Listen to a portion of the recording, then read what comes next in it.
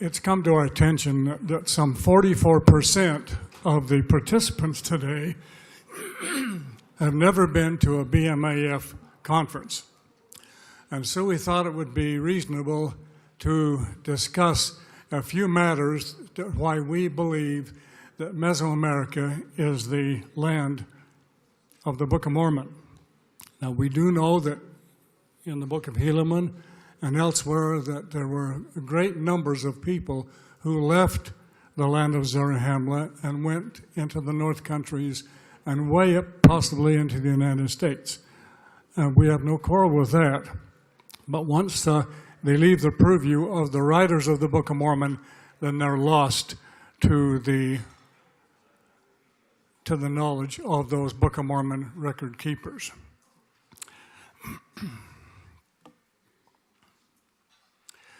Let me remind you what President Hinckley said. The evidence for its truth, for its validity in a world that is prone to demand evidence, lies not in archaeology or anthropology, though these may be helpful to know. It lies not in word research or historical analysis, though these may be confirmatory. So President Hinckley is not saying we shouldn't study the Book of Mormon with the idea of evaluating external evidences. The evidence for its truth and validity lies within the covers of the book itself. The test of its truth lies in the reading of it. Is it a book of God? And then he closes to the continuing of the Jew and Gentile that Jesus is the Christ. And so we have to keep this uppermost in our minds, that these things that we talk about in terms of confirmatory information do not convert us to the Book of Mormon. We already have to have our testimonies through the Holy Ghost. There are several criteria for the Book of Mormon. A high civilization with kings and priests and city-states. An agricultural base to support several millions of people. And of course, you can see there are numerous references to each one of these. A highly literate society, a written language with scribes as important officers. A functional calendar and dating system. A merchant class using weights and measures. Engineers to build temples, towers, highways using cement. Highly skilled craftsmen, precious metals and stonework being used. A warrior society with great battles, structured armies, and sophisticated fortifications. Marriage alliances. We don't think of marriage alliances, but when Ammon goes down, he is treated as if he is some sort of royalty by King Lamoni. Legends of a white bearded god. And all of the above criteria in a place marked by a narrow neck of land and a major river flowing south to north. There are some people who say that one of the definitions of the head of a river is this. I'm not sure you can read it in this darkness. This comes directly from the 1828 edition of the Noah Webster Dictionary, in which the proponents of the Mississippi River say that the head of the river is a confluence. In other words, where the Ohio River runs into the Mississippi River. This is definition number 23. The definition number 18 is the source or the headwaters of a river. Just as we know now and understand the head of a river to be the source, not the confluence.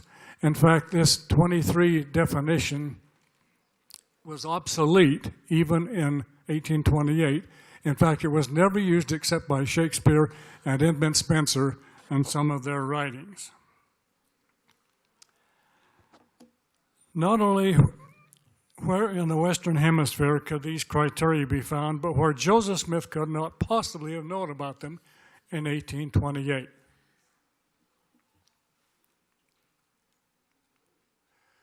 In 1841, Joseph Smith was presented with copies. This is a modern version of the travels of John Lloyd Stevens in Central America and Yucatan. But Joseph Smith and the early brethren were so taken by Stevens's treatment of the cities of Palenque and Quirigua and so forth down in Central America, that is to say southern Mexico, Guatemala, Honduras, that they quoted some of John Lloyd Stevens' material in the Times and Seasons. This is an actual copy of the Times and Seasons. Of course, I know you can't read it, but these are the 2 pages that discuss it. And so what he says, Joseph Smith in the Times and Seasons, the foregoing extract has been made to assist the Latter-day Saints in establishing the Book of Mormon as a revelation from God. You see, at this time, he's even trying to show by external evidences that the Book of Mormon was true. It affords great joy to have the world assist us to so much proof that even the most credulous cannot doubt. Let us turn our subject, however, in the Book of Mormon, where these wonderful ruins of Palenque are among the mighty works of the Nephites. This is Joseph Smith's statement indicating that he believed that the Central America were the lands of the Book of Mormon.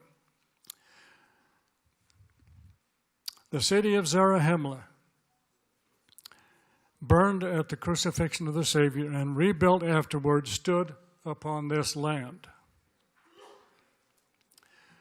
The ruins of Zarahemla have been found where the Nephites left them.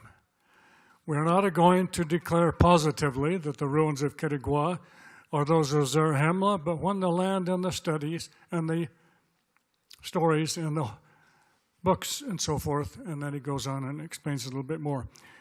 It will not be a bad plan to compare Mr. Stevens' ruined cities with those in the Book of Mormon.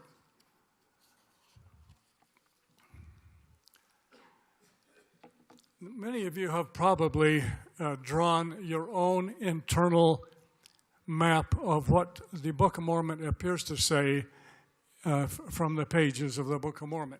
It talks about the greater land of Zarahemla, over which they had chief judges and so forth. The land of Bountiful is mentioned. And in the most recent edition of the Book of Mormon, the one that we use now, there is a space that's called the land between the land of Zarahemla and the land of Bountiful. That's missing in the previous editions of the Book of Mormon. It was originally in the 1830 edition, but has been dropped out and was only replaced in 1981. There's a narrow strip of wilderness that is mentioned, the land northward, and then the land of Nephi, where the Lamanites lived. Mentioned also is a section of country that's called, well, it's an area where the Nephites could walk across it in a day and a half. Now, you remember that little area. It says this particular location was from the West Sea to the east. It does not say the East Sea. It says the east. And you read further, especially in the Book of Alma, that this was a fortification area from the area of the Pacific or the western coast up to some point where they didn't need to have fortifications any further. The river Sidon is also mentioned, but does it ever mention where it empties out into the sea? To the West Sea or to the East Sea? Doesn't mention. And so when I drew this map, I drew it because we didn't know where it went. We now know, of course, I had to go and empty into the East Sea. The Book of Mormon territory is really not very large either.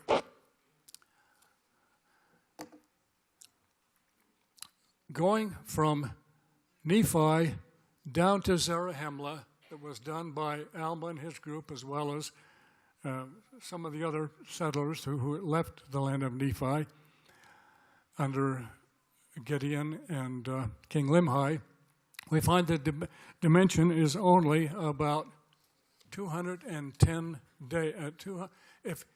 It was about 21 days, and they were taking their flocks, their herds, their women and children through that very rugged territory. And if you just give them 10 miles a day, it would be roughly in the neighborhood of 210 days. We also know that whenever the Book of Mormon talks about going up and down, it's talking about elevations, not north and south. In fact, we don't even know how the Nephites and the Lamanites held their maps. We think they probably held them so the east was up, because the east was a major direction for them.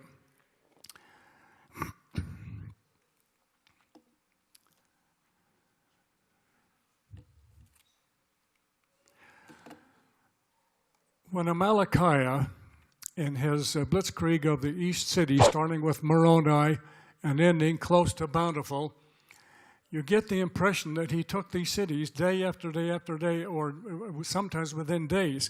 In fact, between Mulek and Bountiful was less than a day, because the Lamanites were chasing the Nephites until Teancum met them and forced them back down, back to Mulek, all in one day.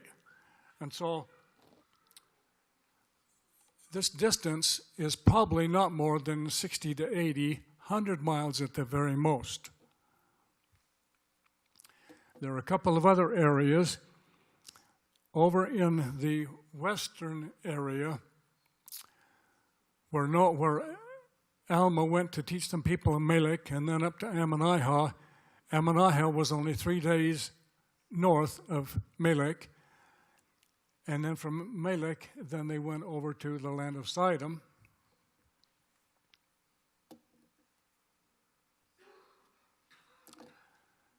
There's also an area down close to the narrow strip of wilderness where there were 4 or 5 cities, from Manti over to a city on the coast. Those cities were probably not more than 20 to 30 miles apart, based on where the natural valleys are for the Lamanites to have come down to capture them. And so we're left with an area in the Book of Mormon of relatively small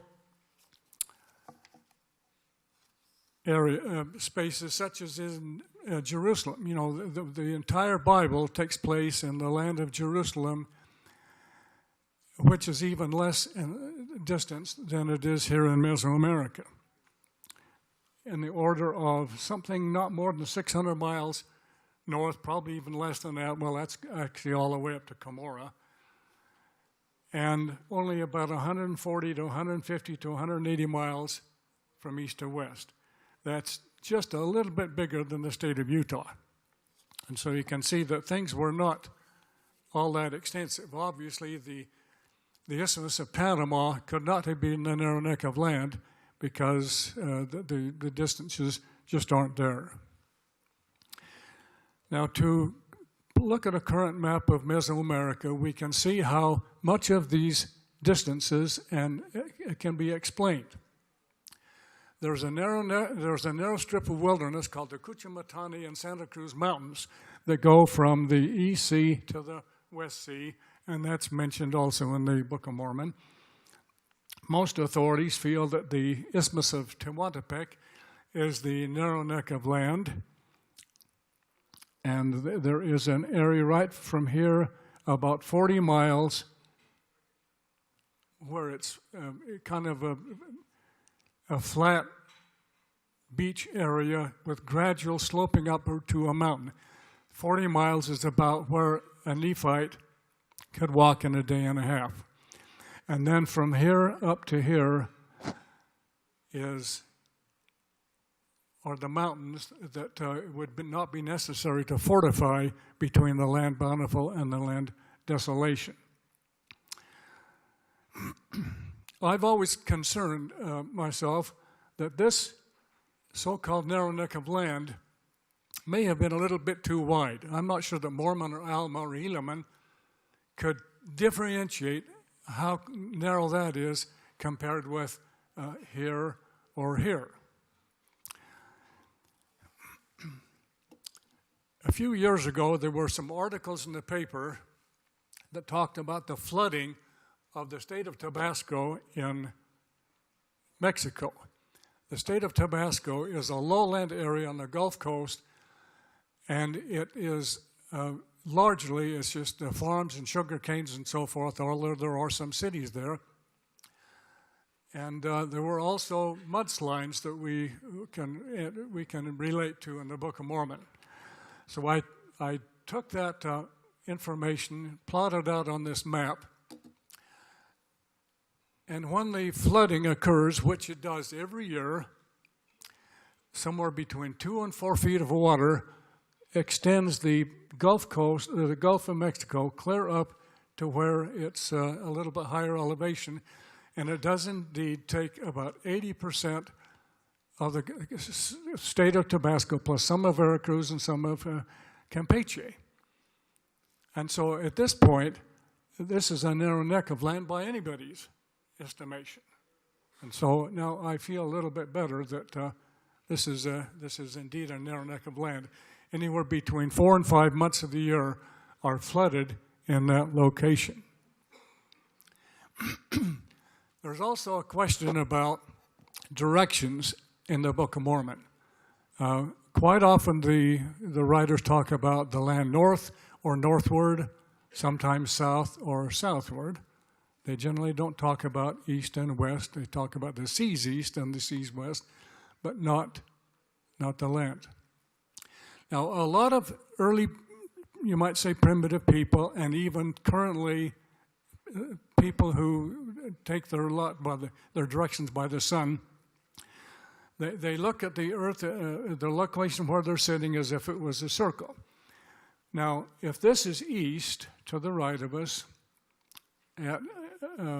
on September 21st and March 21st, the sun comes up right directly at this location, and it sets this way here. And then, of course, north from that is 90 degrees north and 90 degrees south.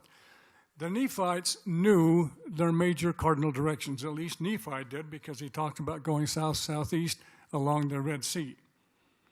But the people also geared their directions according to where the sun rises. Now, on November 5th, where does the sun rise? Does it come over here? It comes somewhat south, doesn't it? In fact, it comes down as far south as this direction here. And so when the Nephite is looking on December 21st at the winter solstice, he's looking kind of southwest. And then, of course, it sets southwest. And so, therefore, if this is east and this is west, everything north of that is north. And even in the summertime, on June 21st, when the sun is setting to the north and the sun is setting to the north and the west, still, whatever is north of that is north, and it's not just 90 degrees, it's 140 degrees. Now let's superimpose that map, that direction onto this map. See if you can see that. If we place Zarahemla right about in the middle of the land southward, because it was in the central part of the land, on December 21st, when the sun rose here and it set here, everything to the north is north, even including what we would consider to be west. And even on June 21st, when the sun is a little bit higher in the sky, it still shows that north is actually more northwest than it is really north. And so, again, we're not concerned about having to shift directions in order to account for what appears to be north or northward in the Book of Mormon.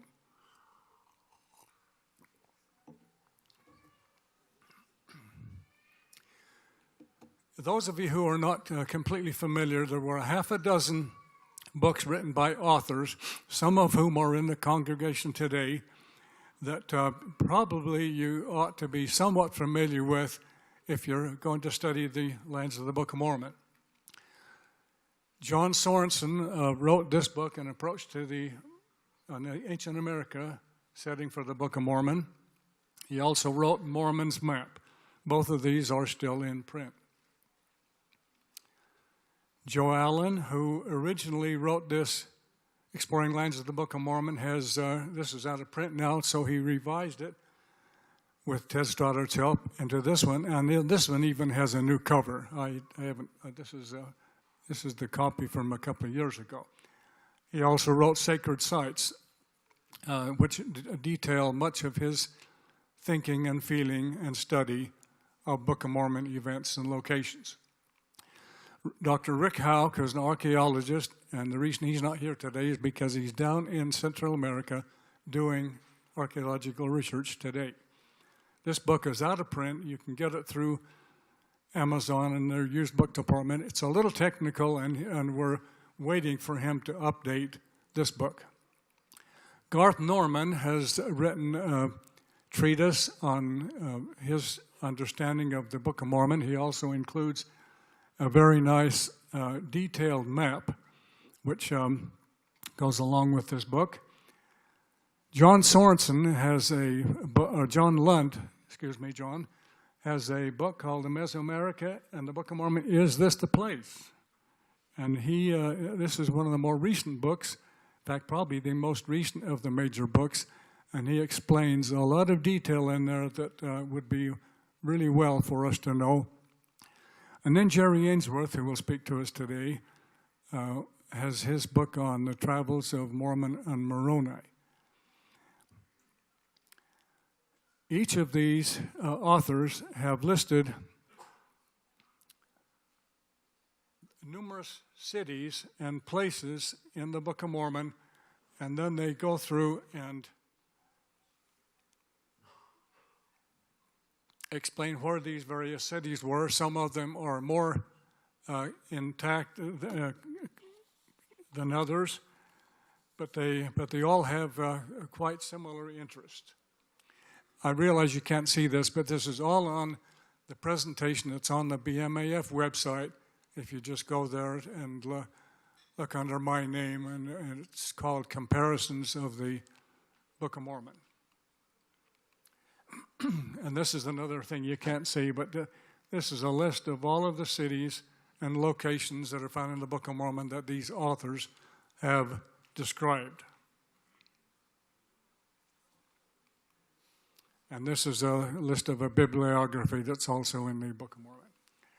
Now, the rest of the day today, we're going to be talking about the River Sidon.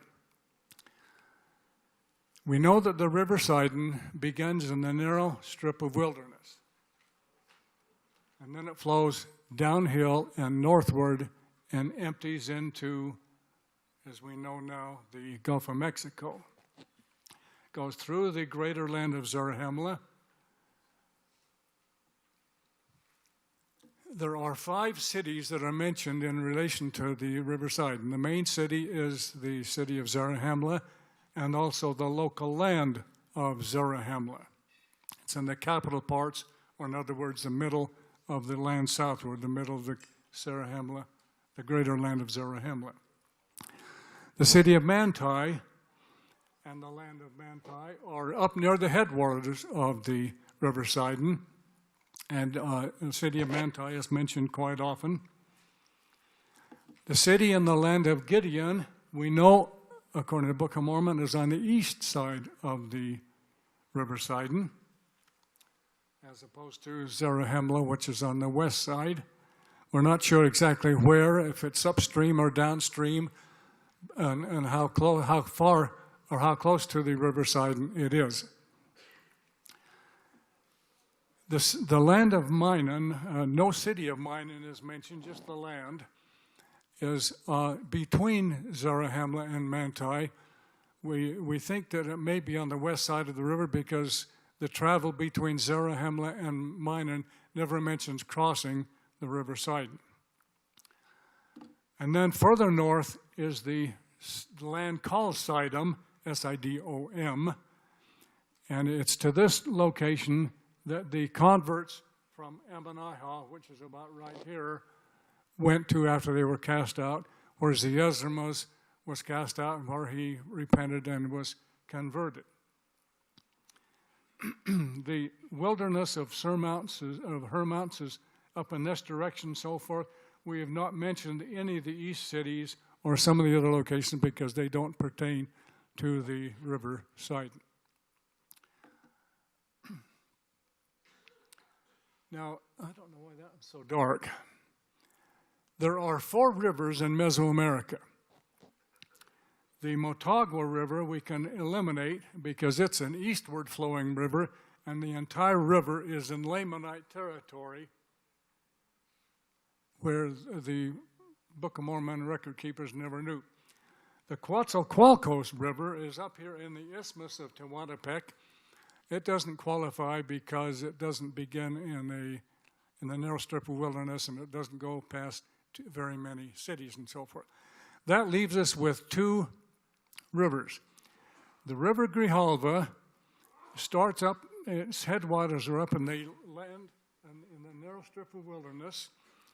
It flows kind of in a northwesterly direction. At the present time, this river has changed course and now joins the Usumacinta River close to the Gulf of Mexico. With all of that flooding that I mentioned, the river has changed channels several times, but originally, from about 2,000 years ago, it apparently had its own mouth to the about 50 miles west of the river Usumacinta. This river goes through the Chiapas Basin, and there are numerous cities, ruins, and so forth in that location. The other river is the Usumacinta, which also starts about 10 miles away from the Grijalva, up in the narrow strip of wilderness, flows kind of eastward, and then forms the border between Guatemala and Mexico, winds its way through the Petén lowlands and the grain forests of Chiapas and Campeche, and empties into the Gulf of Mexico. One of these 2 rivers apparently is the River Sidon. Why Alma and Mormon? Nephi probably didn't ever know about it because he was up in the land of Nephi. But Alma and Helaman, maybe Mosiah, and certainly Mormon would have known where the other river was, but for some reason they never mentioned it. And so we're left to determine which of these 2 rivers is the River Sidon.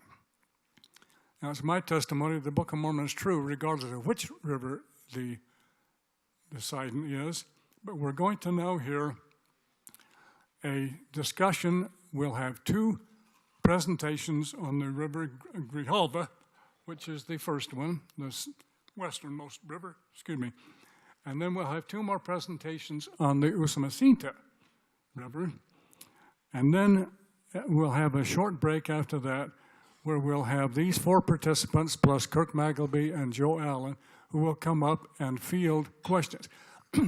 Each of you have a pad of paper and a pen. If you would like to write down questions you have regarding the River Sidon or either of these 2 rivers, please keep it to that. Don't ask about anything except for the rivers because we won't have time for anything else. Please write them down during the next 4 presentations.